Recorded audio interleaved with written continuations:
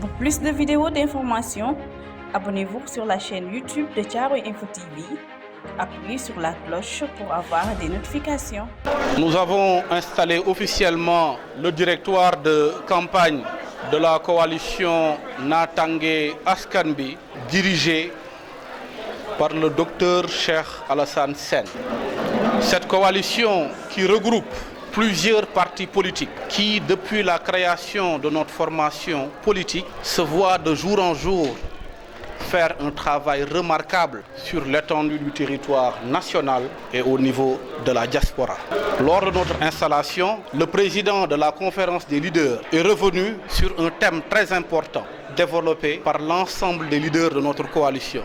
Le choix et la place qu'occupe la femme au sein de notre coalition. Une des raisons qui fait qu'aujourd'hui, au moment de faire notre choix, pour les 5 départements qui constituent la région de Dakar, à savoir le département de Dakar, le département de Pikine, le département de Guédiawaye, le département de Rufisque et le département de Keur Massar, nous avons choisi 5 femmes. Nous savons tous que la région de Dakar, c'est le Sénégal en miniature. La région de Dakar constitue plus de 23% de l'électorat national. Nous irons aux élections avec de grands leaders. Ce que j'appelle de grands leaders en politique, c'est des hommes engagés, des hommes qui ont été choisis au niveau de la base et ça a été remonté par la commission des investitures.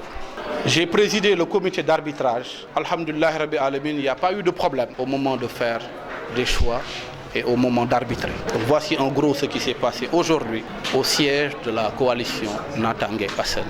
Je suis revenu tout à l'heure sur le respect des institutions. Il est important de rappeler qu'au Sénégal, une institution comme le Conseil constitutionnel, je ne parle pas des membres du Conseil constitutionnel, mais plutôt de l'institution. Que l'on sache que le Conseil constitutionnel, dans l'ordre protocolaire d'un État, le président du Conseil constitutionnel vient après le Premier ministre et avant les ministres d'État. Donc, je voudrais demander à l'ensemble des leaders politiques, de la classe politique sénégalaise, le pouvoir, l'opposition, la troisième voie et la société civile, de respecter les institutions de notre pays, car nous sommes respectés au sein de la sous-région. Voici en gros ce que je pouvais dire par rapport aux institutions de la République. Pour ce qui consiste les ethnies, j'invite les leaders politiques à éviter ce débat, qui est un faux débat. Par ailleurs, nous avons tous constaté ce qui s'est passé au Mali, en Côte d'Ivoire, en Guinée, à la Sierra Leone, particulièrement la capitale, Freetown, au Libéria, et un peu partout, mais surtout en Afrique de l'Ouest. Donc je vais demander à tous les leaders politiques d'éviter de réveiller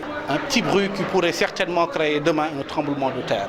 Pour moi, nous avons une justice autonome et transparente, dans la mesure où tous les leaders politiques, les acteurs politiques savent que s'ils ont des ambitions pour être président de la République, ils iront tous rencontrer ces 7 sages. Quelle que soit l'année, que ce soit en 2024, 2030, je ne saurais vous dire. Mais l'essentiel, et ce qui est le plus important, moi je ne parle pas des hommes qui sont respectés, mais je voudrais y revenir à nouveau. Je voudrais que l'on respecte les institutions, à savoir les cours et tribunaux, mais surtout une institution aussi importante que le Conseil constitutionnel dans un état de droit. Pour plus de vidéos d'informations, abonnez-vous sur la chaîne YouTube de Thiaroye Info TV. Appuyez sur la cloche pour avoir des notifications.